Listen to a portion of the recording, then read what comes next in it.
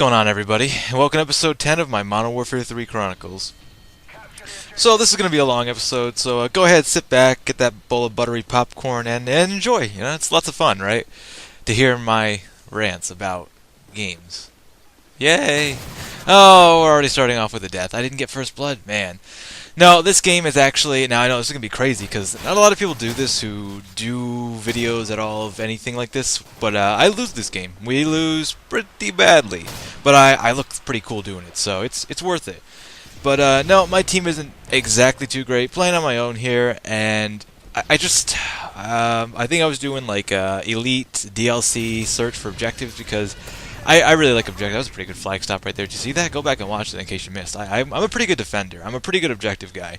And that's the difference here. I think a lot of my team was not playing the objective exactly, or maybe they were trying to and it just wasn't working out. I can't always accuse people because sometimes I'm that guy who gets my ass kicked and just like, man, I couldn't do anything. Other teams, and the top guy on my team is like, man, I did all the work. And sometimes you do feel that way. Everyone feels that way once in a while where it's like, geez, I did everything. And it just wasn't good enough. You know what I mean? Your effort just wasn't good enough.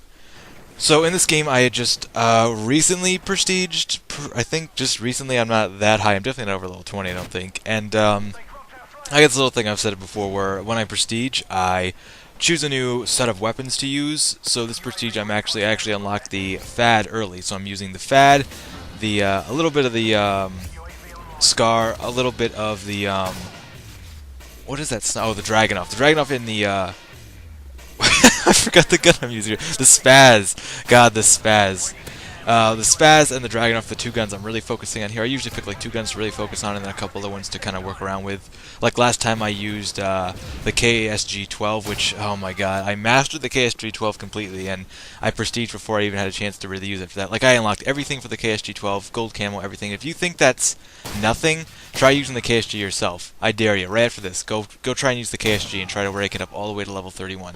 Not as easy as it sounds. It's a pretty inconsistent shotgun. I already did a topic on it once, and I'm actually going to do a follow-up with it. I have a game where I did horrible and a game where I did amazing, and just to show that it was like the same night, the same day with the same team, and the only thing that changed was like just the gun's inconsistency. So, I don't know, it's a fun gun to use, but the Spaz is a teeny bit more reliable. I don't think it's quite as good as it was in Modern Warfare 2. I feel like it was somehow better, but I'm sure with more attachments I'll find what I really like, and I'm getting into more of a rhythm with it. With shotguns, you gotta kind of aim for the middle. You gotta make sure you get him up right in the middle, because if you do, it's an instant kill. If you don't, you're gonna miss, and in the amount of time it takes you to re-pump your gun or cock it, whatever you have to do, you'll probably die to any kind of other gun in the game, really. Except maybe handguns, because handguns are, man, they got such a downtime. I mean, they were never extremely powerful, but compared to everything else, handguns are no good. But aside from that, that's kind of what I wanted to talk about in this, like a little bit like using different kind of guns. I use the unconventional guns that no one else uses. You'll never see me use the Type 95, the FMG9 Akimbos. You might see me use the Striker, but not really. Those kind of guns, the UMP, you probably never see me use those guns very much, because I don't even like to use them just because they're so easy to use, and I see them in my kill cams so often, like my death cams, so it's like, I see it all the time. I want to do something else. Here, I'm running a little bit of an odd support. That's the other thing I try to do. I try to run different support or assault kill streaks, try to mix it up a little bit. And here, I actually think I get a pretty good... well, that was lucky. I actually get a pretty decent lineup with the remote sentry, which is a fun kill streak to use. And I love to set up objective kill streaks, like, like IMSs and C4 and claymores and kind of play defense. I love doing that kind of thing. It's one of my favorite things. It was one of my favorite things to do in Halo 2, and I really like to do it in most objective games. And that's what I really want to talk about now that we're halfway through the video. I'm going to talk about what I really want to talk about, the objective. In any Call of Duty game, it's always pretty much been the same since Call of Duty 4, really. They've changed a little bit, they've gotten better, but coming up right here, I'm going to get a nice little quad. It doesn't quite come up as a quad, but I killed them enough. Killed them fast enough for me to consider. I don't think they were expecting this. Perfect combination, a remote sentry and smoke. Love it. Just, look at that. It's not often I really get a lot of kills with the remote sentry, honestly, either. So I felt pretty good about that. I was like, yeah. And then unfortunately, I tried to remove the sentry to kind of mix it up so it's like, it won't be in the exact same place. And something I was actually wondering that just came to mind. I know this is off topic from what I was going to talk about, but if anyone knows if an EMP grenade kills a drone, like, one of the bot drones that have the machine guns on the ground, let me know, because I haven't gotten the chance to try that yet, but I've always wanted to know, because that would be a really good way to take those things out, because those things are annoying. And I usually don't run EMP grenades just because I don't run into too many people running things like Sentry guns and stuff like that. So when I do, though, it's pretty devastating when the people don't know how to counteract those things, so I have to check that out. But anyways, since we're playing Capture the Flag right here, Capture the Flag is kind of like sort of like my meat and potatoes, bread and butter for any kind of competitive game online. And every game has, some games have some slightly different orientations of them. Like Fear 2 has like capture the PHLAG flag. It's a pretty cool rendition of capture the flag. Like Bioshock 2 has capture the little sister. That's a fun one. I like that one. And it's all the same kind of concept, just tweak a little bit. Like Gears has well, now they have Guardian, which is a better one, but they used to have Meat Shield and Guardian.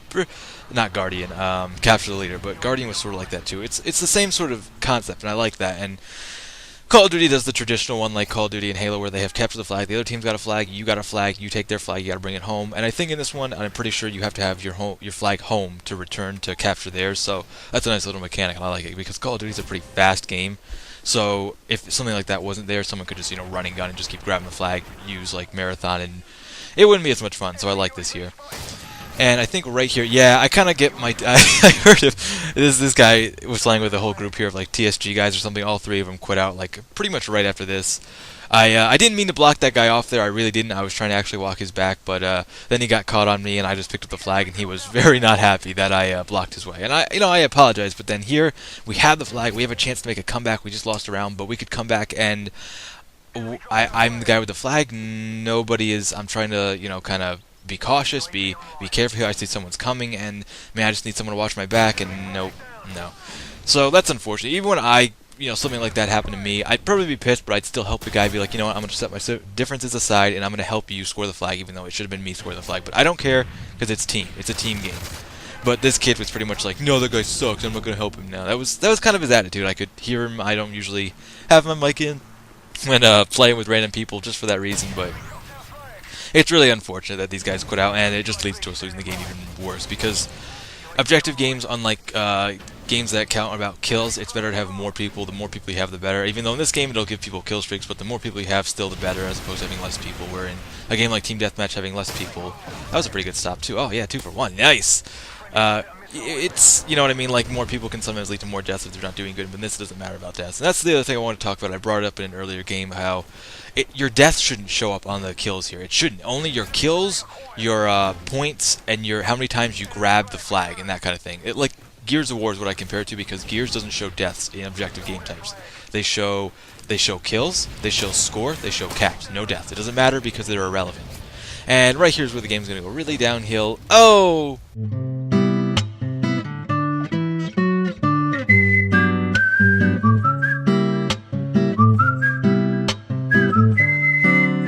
Yeah, we got lucky this time, but bitter luck. I don't know, because I run up here and I'm and this is we won't get the flag too much further out of their base after this.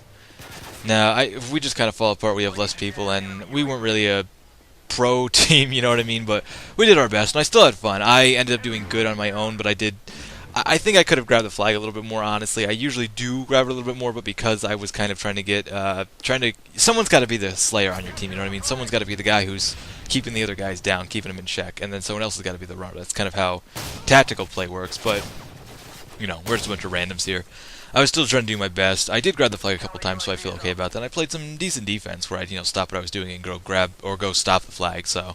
But that's kind of what the point I was making with the Gears of War thing is, it shouldn't show your deaths. They're irrelevant. Kills and deaths don't matter in this, and I think they need to change that. I'm not saying they should change it completely where you don't get points or anything for kills in an objective game. I just think you should get a lot more points so the objective is much more worth your while. I think that's the biggest complaint I hear is people like, well, why would I run for the objective when I can just get infinite kills? That's the difference here. Here I can just get infinite kills and end up getting more points than if I played the objective or played a team deathmatch game just by sitting here and getting kills, because it's never going to stop. So I think they just need to arrange that a little bit better. I mean, once in a while you are going to get shit on, and kind of like this is happening now. But really, it's I don't know. You know what I mean? And right here, I think this guy pulls a fast one on me, and I need to take my hat off to this person right here. I was kind of chasing him down. I'm like, oh, I'm gonna get him. Oh, he pulled a quick one on me, and I heard the claymore go down, and I'm like, oh, there he is. I'm gonna get him. And oh man, oldest trick in the book. No, honestly, sometimes like even there in a spot like that, I wasn't mad, even though we were losing. I was like, oh, you know what? Good job, sir. Bravo to you. So honestly, that's just kind of how I feel. I wish they'd do what Gears does, and I'm not saying Gears is a great game. I know I keep comparing it to it in a couple of videos now, but that's one thing I really, really like about Gears. I don't think even Halo does the same thing. It's been a while since I played Halo, or too many other games. The kills, sure, show the kills, but don't show the deaths. It's irrelevant. It shouldn't matter. It just shouldn't matter. It's an objective game. You should be playing the objective. That's really how I feel about it. Capture the Flag is a perfect objective type of show, even though I think I play Domination more. I think Domination is probably the fan favorite objective, but Capture the Flag works pretty good here. I think Domination is the best for Call of Duty for objective games that they have, but Drop Zone works pretty good. I really do like Drop Zone, even though it's kind of a community objective game. And then you got games like Headquarters, which are pretty good, and Search and Destroy is a big fan favorite because, you know, you get the one life. So it really, Call of Duty has good objective games. I just wish they'd kind of, like, you know, don't make the flag 100 points. Like, that's 2 kills. Make the flag 500 points to capture. That'll make people really want to get it, you know what I mean? Then that's just kind of my thoughts at it. But, you know, feel free to let me know what you guys think. Are you guys just Team Deathmatch guys who just play Team Deathmatch all the time, never play anything else like half my friends? Or are you like me and you like to have an objective along with killing? It's something to do.